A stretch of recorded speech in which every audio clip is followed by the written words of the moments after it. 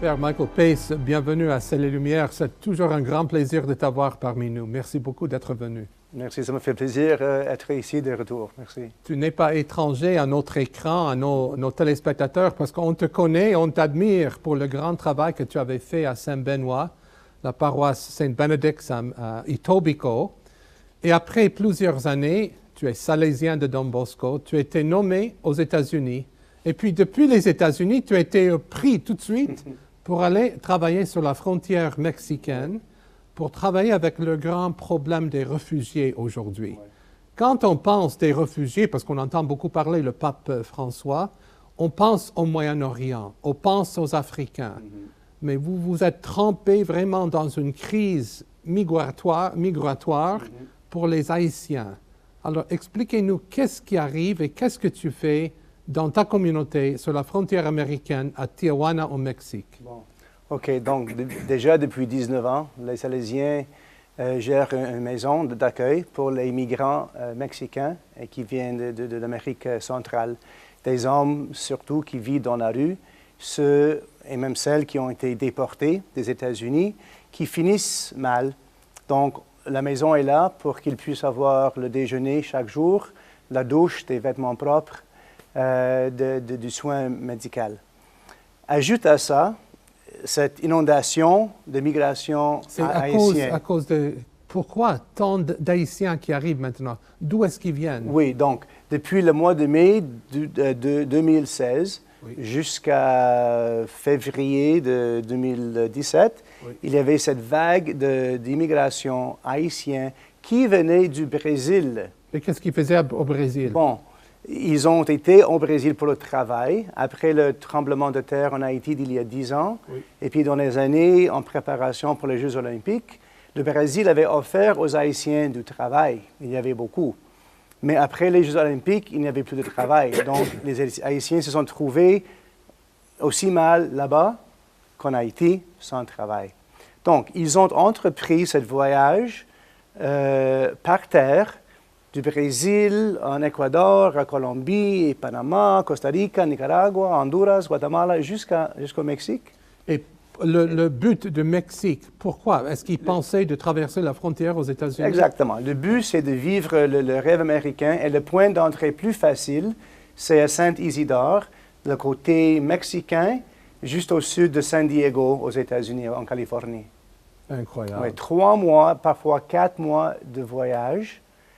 Par terre, en camion, en autobus, dans les jungles, dans les fleuves, par les montagnes, la nuit, comme ils pouvaient. Un cauchemar pour atteindre un rêve. Et ce rêve ne se réalise pas, parce qu'on connaît très bien la réalité depuis l'élection du nouveau président aux États-Unis. Oui.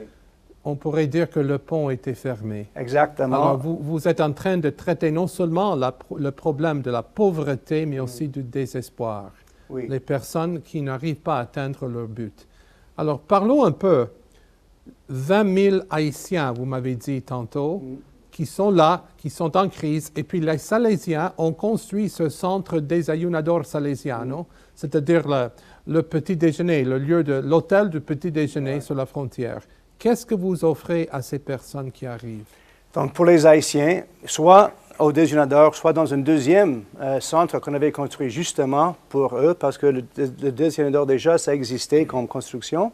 On avait 2 centres, mais la principale, c'est le Desayunador, où ils arrivaient épuisés, fatigués, après ce voyage de 3 mois. Ils cherchaient un chez eux où ils pouvaient avoir de l'abri, la nourriture, la douche, un accueil pour reposer et pour attendre la date pour leur entrevue aux États-Unis dans l'espoir d'être acceptés pour les critères humanitaires. Donc, certains ont été avec nous pendant 3 semaines ou 1 mois, d'autres pendant 3 mois.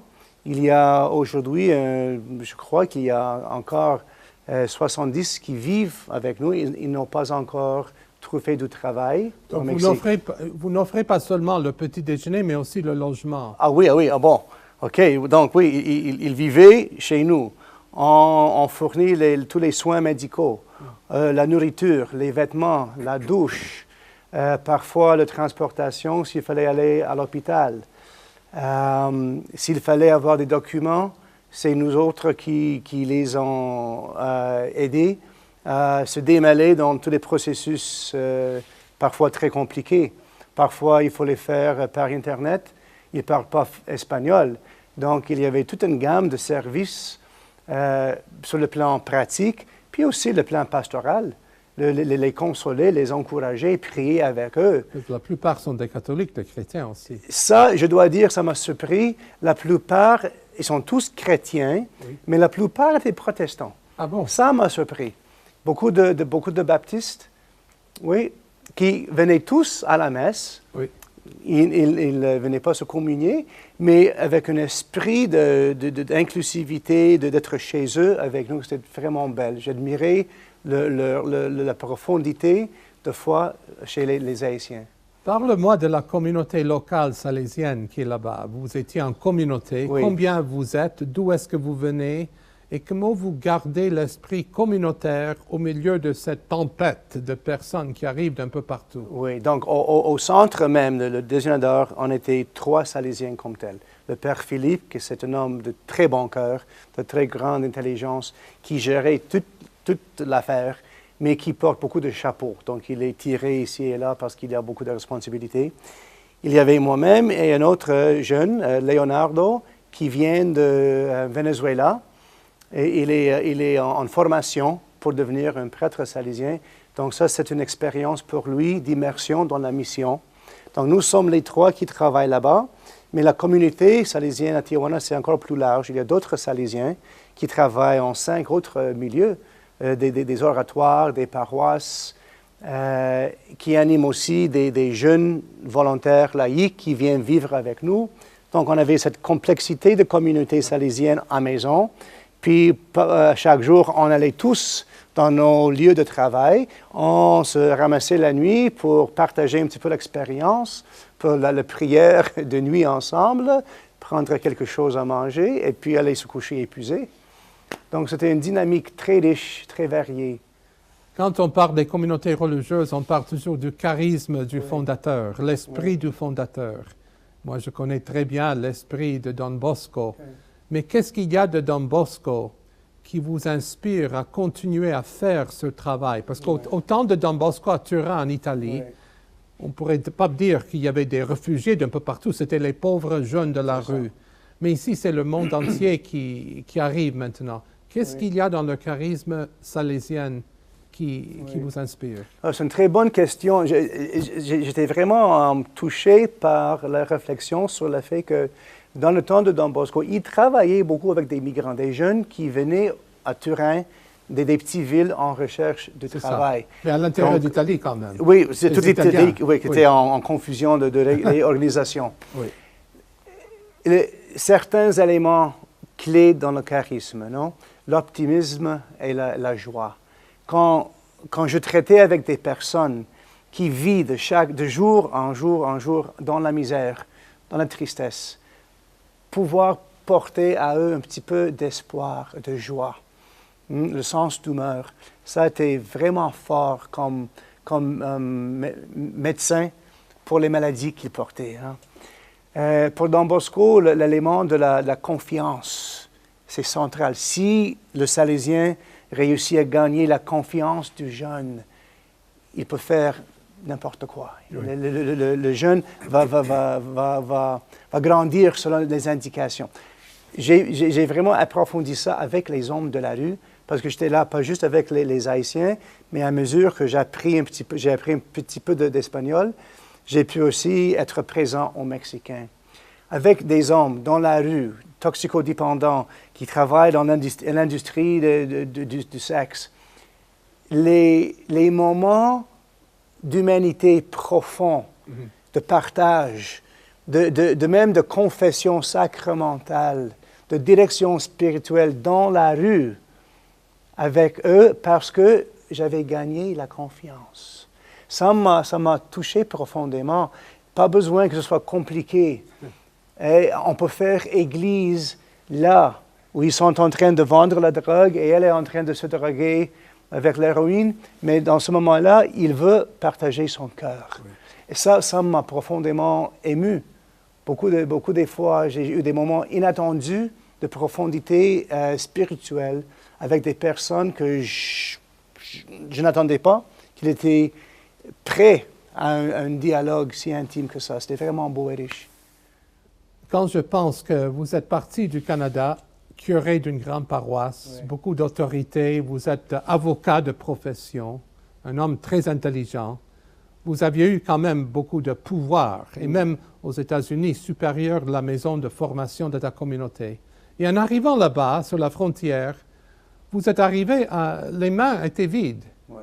Vous n'avez rien donné, pas d'argent, pas de pouvoir, vous ne signez pas les chèques, vous ne donnez pas les ordres. Vous étiez Mike, au milieu de tout ça.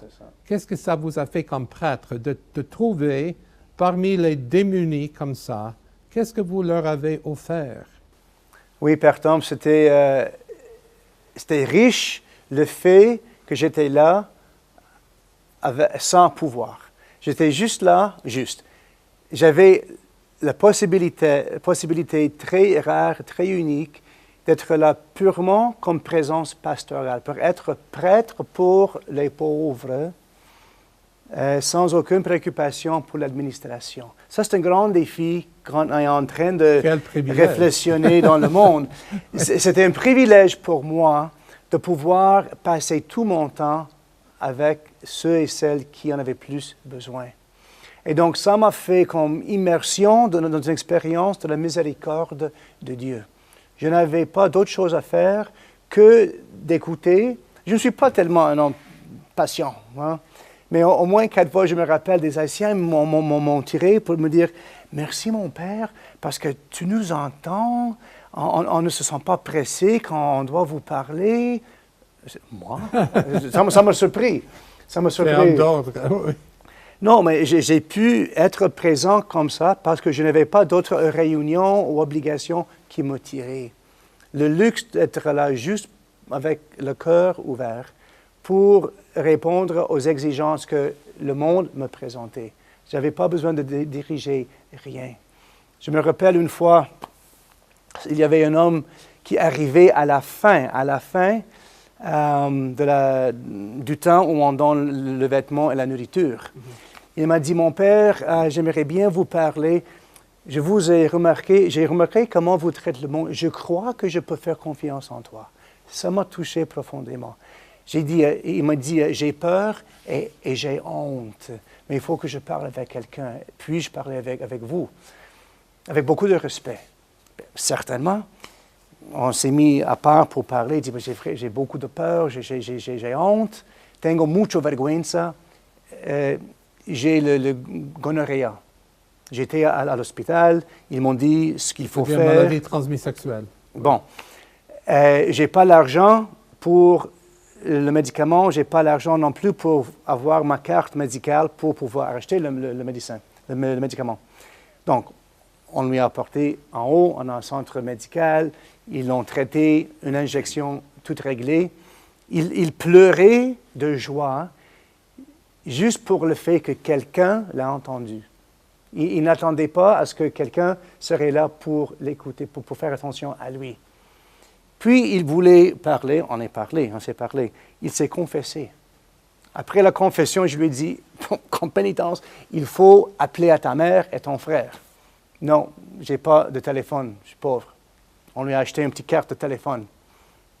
Il pleurait de nouveau parce qu'il ne croyait pas combien de cadeaux inattendus il recevait ce jour-là parce qu'il est allé au-delà de la peur et de la honte.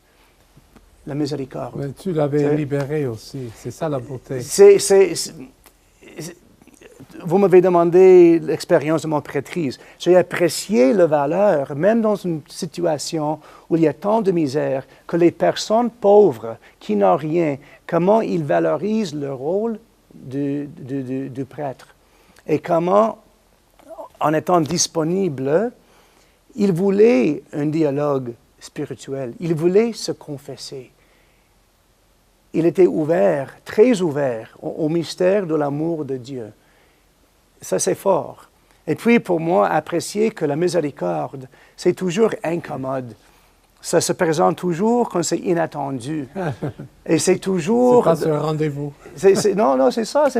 Ça va toujours aller au-delà de ce que la loi a prévu, parce que la vie est toujours plus compliquée de ce qu'on peut envisager. N'est-ce pas ça la clé du pontificat, le ministère pétrinien du pape François? La miséricorde, l'attention aux migrants et de faire face à la corruption, qui c'est le contraire de la miséricorde. Oui. Je te pose une dernière question qui m'intrigue beaucoup parce qu'il s'agit de la vie salésienne. Je connais très bien la tradition qui existe parmi vous les frères, les pères, qu'à la fin de chaque jour, vous avez un moment ensemble qui s'appelle la buona notte, la bonne nuit. Et j'ai beaucoup appris ça, ayant vécu plusieurs moments avec les Salésiens, que vous vous rassemblez. Expliquez-moi un peu la buona notte, et puis expliquez qu'est-ce que vous avez comme buona notte au milieu de la crise migratoire avec des réfugiés. Oui. Bon. Qu'est-ce que vous avez fait entre Salésiens à la fin des journées brutales, avec des va et des viens, des crises comme ça? Est-ce que c'était une buona notte? Oui. Bon, d'où est-ce que ça vient, cette tradition? Ça venait de la mère de Don Bosco, Maman Margaret, qui vivait avec lui quand il a lancé son travail. À la fin de la journée, elle parlait dans les oreilles des jeunes comme maman, pour les consoler, pour donner une correction, pour donner une inspiration. Don Bosco a pris ça, c'était comme un moment pour lui de faire une mise au jour sur la journée avec la communauté, que ce soit des nouvelles, une inspiration spirituelle, une observation pour la croissance du travail des confrères. Pour nous, ça reste un point central de notre vie partagée. Normalement, c'est le directeur de la maison qui partage les pensées. Mais là, à Tijuana, le directeur commençait, mais chacun avait la possibilité de partager quelque chose de son expérience dans la journée. Donc, c'était un moment riche. À la fin de la journée, comme vous disiez bien, on arrive épuisé à la maison. Archi pleine, oui. Mais c'était riche de faire le tour dans la chapelle des prêtres âgés, des jeunes prêtres, des jeunes salésiens en formation, des laïcs masculins et féminines qui travaillent avec nous comme volontaires dans nos œuvres. Partager quelque chose qui nous a fait reconnaître la main de Dieu. Hein, ou un défi particulier chez quelqu'un qu'on doit apporter à la prière. Donc, c'était vraiment un moment riche de rassemblement, parce que le travail peut très facilement nous absorber et nous isoler. Mais ça, c'était un moment de se rappeler qu'on fait ça ensemble. On fait ça par la force de Dieu et dans l'esprit de notre fondateur qui nous guide spirituellement à faire ce qu'on doit faire. Donc, c'était un moment très, très riche à chaque jour. Père Mike, je dois te remercier encore une fois. Nous sommes bénis à Ciel et Lumière, d'abord d'avoir des amis comme toi. Lorsque tu étais curé à Saint-Benoît, à Etobicoke, c'était la première paroisse, à travers le leadership de Frank Kelly, ton confrère, d'ouvrir toutes grandes les portes à Ciel et Lumière. Et puis, à travers des années, presque 15 ans maintenant, tous les beaux moments qu'on a vécu avec toi, la paroisse, pour l'Avent, pour les fêtes, pour les célébrations, mais aussi le personnel que nous avons actuellement, qui sont vraiment influencés par les Salésiens. Je n'ai qu'à penser à Rosina, qui est notre, on dit standardiste, mais c'est vraiment l'ambassadrice. C'est elle qui accueille les personnes avec tout son charme. Nous avons Rodney qui est chargé de notre département chinois, et Rodney qui est vraiment un garçon, un étudiant, un élève, un disciple de Don Bosco. Et récemment, nous avons Francisco, un jeune qui était salésien, membre de la communauté, maintenant très influencé. Et c'est Francisco qui vient d'El Salvador, qui aime beaucoup les Salésiens. Et ce que j'admire beaucoup à travers ces personnes, que le charisme de Don Bosco, qui était transmis à toi comme curé, transmis à tes confrères, était transmis aussi à toutes ces personnes. Et ça, j'en suis très jaloux. Qu'un charisme comme ça, d'un fondateur, peut se passer à travers les générations. Et on pourrait dire que l'esprit salésien règne ici, et surtout aujourd'hui avec ta présence, ça continue à nous éveiller, à nous réveiller à la grande crise à nos portes avec des réfugiés. Alors je t'en remercie Et je te souhaite très bonne chance dans ton nouveau ministère aux États-Unis. Tu es supérieur de la maison de formation et j'espère que ce charisme va transmettre à tous les jeunes qui sont dans ta maison, dans ta communauté. Merci, Père Tom, pour tout ça, pour tout ce que tu viens juste de partager. Si le charisme est présent ici, c'est un bon témoignage de Don Bosco qui était un homme de l'Église.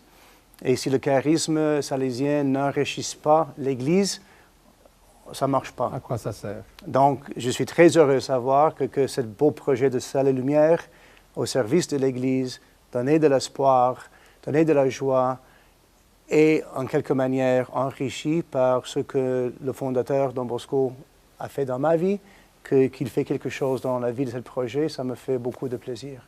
À tous nos téléspectateurs, maintenant, je mets sous l'écran l'adresse Internet de ta communauté pour ceux et celles qui sont vraiment poussés, encouragés à vous aider avec ce projet des réfugiés. Okay, vous pourrez contacter, regardez maintenant, vous pourrez contacter les Salésiens, le bureau à Montréal, pour avoir plus d'informations et aussi pour prêter votre assistance. Merci beaucoup pour tout ça. Merci.